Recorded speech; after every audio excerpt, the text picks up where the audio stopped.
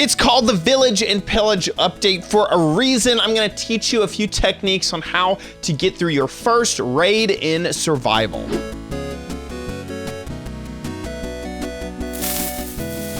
Hey guys, it's Chad. Today we're taking a look at the Village and Pillage update, kind of the main foundation of this update, which is the fact that you can go get a bad omen effect, come back to a village, and have to fight off a raid. So I'm gonna give you a few tips on how to do this in survival so that you don't mess it up the first time. So here we are inside of Minecraft, and we are looking at our village that we are going to want to protect. Now, you'll be doing all of this in survival, but the techniques that I do in creative can all easily be done in survival. There's no crazy in-game stuff that we are going to be doing. We're just going to be making sure. I'm just going to be showing you all the steps that you need to know in order to get this done correctly. Now, the first step that's going to make things very, very, very easy on you is to actually wait around until the villagers, this is the first step, is wait around until the villagers all meet up at the meeting spot in this village. And this one specifically kind of has some weirdness going along with its spawning. In fact, we may want to find a different village because this may cause us issues later. So I'm going to actually find a different village, but then we're going to go on to step 1. Okay, so we've actually found a much better village. Step 0 could be find a good village. This village is much more flat. And the meeting point is much more accessible, and also, hey, there's already a golem here, so that's pretty cool. So the first thing that you're gonna want to do is, right now I'm in creative, and so my my game is not ticking. So do light cycle true, and at tick 9,000 is when the villagers will come to meet. So I'm just gonna go ahead and say set time. Time. If I could type time set, and then we're gonna just do 8999. Okay, and that will be 8,999 ticks. Once we do that, you can see that about past noon, all of the villagers will start to come together here at the meeting spot, and they're gonna gossip. So at that time, that's when all the villagers come here, and you're going to want to do that so that you can get an idea of which villagers are in your village. But then, so that's step number 1, and we got some lollygaggers back here. It looks like there's another meeting spot over here. So we can tell that in this village, it looks like we have, I think, about 5 villagers. We have those 2 over there, this straggler right here, and these 2 guys right here. Now that they have all met, we're gonna ring the bell. And that is going to force all the villagers into a house. And we're going to try to watch which house, while the time is still going, we're going to try to watch to see which house they go into. And so we'll also be able to keep an eye on the exact number of villagers. So this guy's going to go into this house. And what you do is, now that he's in there, okay, his little buddy is going to join him as well. Then, oh my gosh, buddy, get in there. The thing that you might want to do is pick up this bell and bring it with you. It should be easily picked upable. But get them to go into the house and then block off the house. And that will keep them safe as you do all of the rest of your building. So now, okay, that one's blocked off. You'd pick up this bell with a pick. You'd go find the other villager. You'd set it next to him. And you'd ring it. Go the heck in there. Once he's in there, you'd block him off. Come on, let's go. Okay, it's getting dark here. We got that one guy. Get in the house. Oh my gosh. Come on. You know you wanna. Get in the freaking house. There we go. There's still one more villager out here somewhere. I've only counted. Aha, there he is. Oh, he's a nitwit. He can die. Who cares? So now that they are all hopefully inside of a house, that's in his way. Get into a home. Nice. Okay, the first night is already here. You're also going to want to check the homes that they run into. Some of them have back entrances. That's very true of the older style of villages. These new villages, they don't have a lot of extra entrances, but some of the buildings have multiple entrances which mobs can get into. You, get out! What are you doing here? You were one unaccounted for village. Get in your house. Okay, that guy's in there. He's all safe and sound. So keeping your villagers safe, right in this beginning part, because you're going to have a lot of knights and a lot of mobs, spreading around here. So you're going to want to keep your villagers safe, in the beginning. Get to a house. There we go. Oh my gosh. He is now a zombie villager. The next step is preparing for the raid. Really, I've seen a few videos where if any villagers at all get hit by the raid, you lose the raid. So you really want to make sure that all of your villagers are going to be completely safe. So either you need to completely barricade the homes that they are in, or you can barricade the entire village. So those are your two options. The raid will happen outside of the village and try to walk into the village. So one technique may be to have a wall along the entire village, or the other technique is just to make sure that these villagers that are trapped inside of these homes are going to be safe. And the bell, except for that one villager, that bell should really help you with that. By getting all the villagers inside. But now you can see that there's a whole bunch of mobs here, and they are not hurting all that much when it comes to the actual village. All the villagers are inside, and mobs can't break blocks, so you're all good to go. So we're about ready to leave this village and go get the bad omen effect. But before we do, we're just going to go ahead and light this place up with a ton of torches, because if we start raiding in the middle of the night and there's a whole bunch of mobs already here to greet us and kill us, that would really slow us down. So we don't want that to happen, so we're just basically lighting up the entire spot. The next step is for you to find a pillager outpost and to kill the leader. Now, in the snapshot that I'm currently recording this in, the outposts are a little bit broken. So this is where one should be. This is also where the game, if you do /locate, the /locate command, this is where the game tells me to go. The pillagers are here. The leader is right there, but as you can see, there is no actual outpost building to be seen. Now, once you kill this guy, you will be given the bad omen effect, and I have it right here.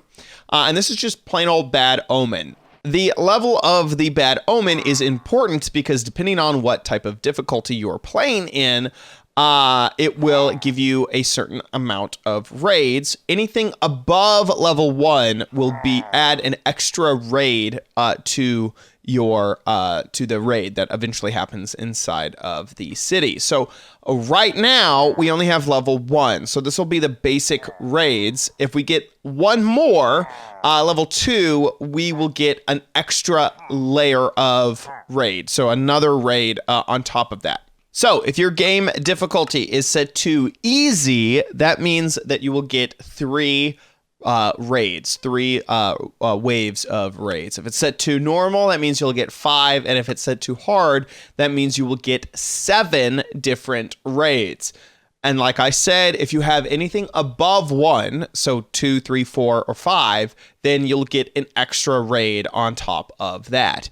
If you, so you may be thinking like, why would you ever get raid 3? Because if you have a bad omen, why would you get bad omen level 3?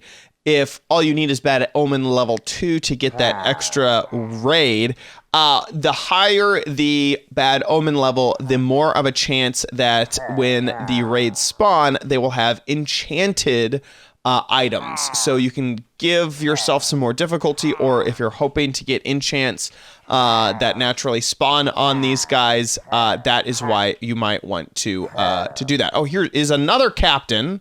So let's see if I can extend my bad omen There you go. Bad Omen level 2 now. So now when I enter any village, then I will have Bad Omen level 2. This is the point where you would want to stay away from any village except for the one that you plan on having the raid in. So you don't want to accidentally wander into a village that you haven't prepared, because then you won't get all of the effects that you're wanting. So I'm going to teleport myself to the village that we have set up this raid in. Here we are. We're in the village. The raid bar is powering up. And this is the point where I will talk about what type of equipment you want. Basically, you want the highest powered equipment that you can get. So if you only have iron, make sure it's all enchanted. If you're running with diamond, make sure that is enchanted as well as ranged weapons. And you also are going to want some good close-up weapons as well. Now, we are lucky in that this village already has a iron golem, and he's actually doing a ton of the work for us. So he's just destroyed that very first wave of raiders, which is really, really nice to see. And we keep on picking up these banners, which is great because those can't be made in survival. So the raid is going to continue on.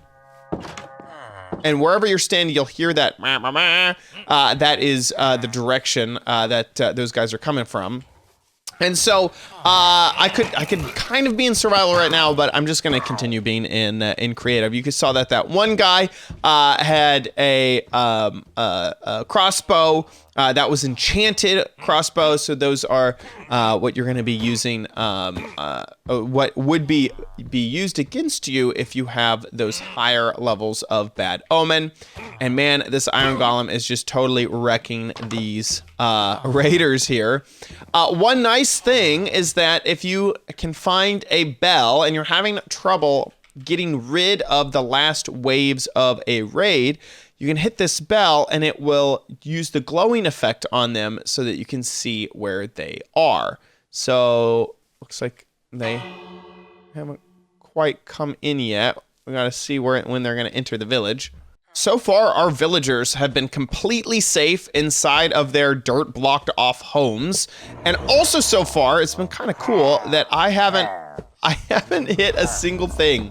I have not laid a finger on any of these guys when it comes to actually fighting in this village. So I kind of want to keep it that way. How to defeat a raid without doing anything at all and hiding in fear.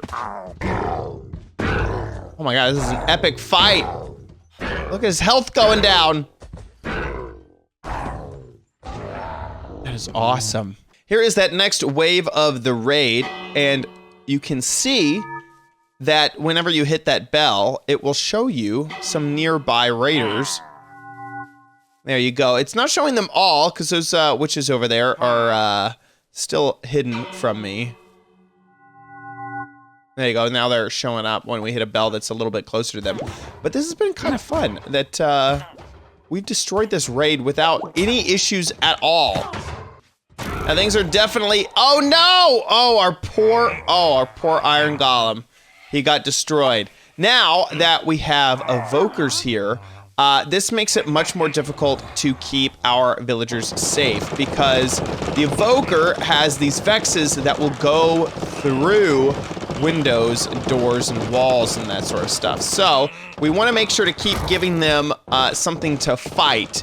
If you were using this Iron Golem technique here, you would definitely want to make sure that you spawned in a few extra. Wow, that was the derpiest Iron Golem I've ever seen. Holy moly! Look at my that is some subtitles. That is a lot of subtitles. I can't believe it. These Iron Golems are doing so good. We even got a Totem of Undying from that evoker there before. So amazing. So we got a really quick moving evoker. It looks like he has some speed potions on him. By the way, this is something new, which is that they will open doors and walk through the doors there if they are available. That is going to cause an issue there. And let's create another one. Boop, there we go. I love my Iron Golem army here. It's amazing. Now, this is a huge raid. I mean, just look at the amount of things here. You got many evokers, multiple ravengers, and this villager in here is somehow staying completely safe. These 2 dirt blocks are the most OP dirt blocks ever. There is so much stuff on the ground, including I've picked up 4 totems of undying, a few saddles, and many banners. The Illager banners. I'm not even sure what raid we are at. I am running through a lot of iron golems. Like, this might not be a very sustainable way to fight one of these, because I am going through so many golems. Raid victory. That was the last of the waves. And if we let our villagers out of the little homes that they're in, they will fire off fireworks. They're so happy that they survived the raid.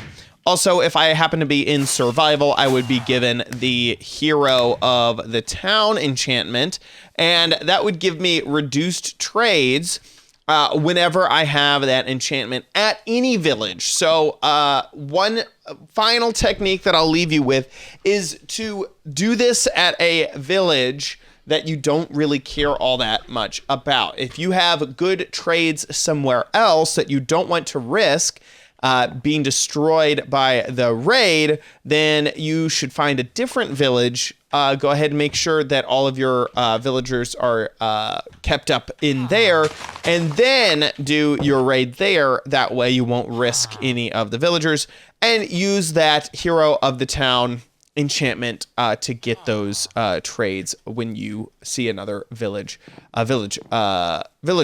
somewhere else. Also, just to show, this is the reduced trade here, is this used to be 20 wheat, now it is only 13, so -7 wheat to get that emerald. So some pretty good stuff, and I am Hero of the Village 2 right now. There you go, so now you know how to pull it off yourself. And I hope that you found these tips useful. If you did, leave a comment down below letting me know your thoughts. If you enjoyed this video, please give it a like. Also, make sure you subscribe for future videos, tips, tricks, tutorials, and spotlights here on OMG Craft. See you next time on OMG Craft. Bye.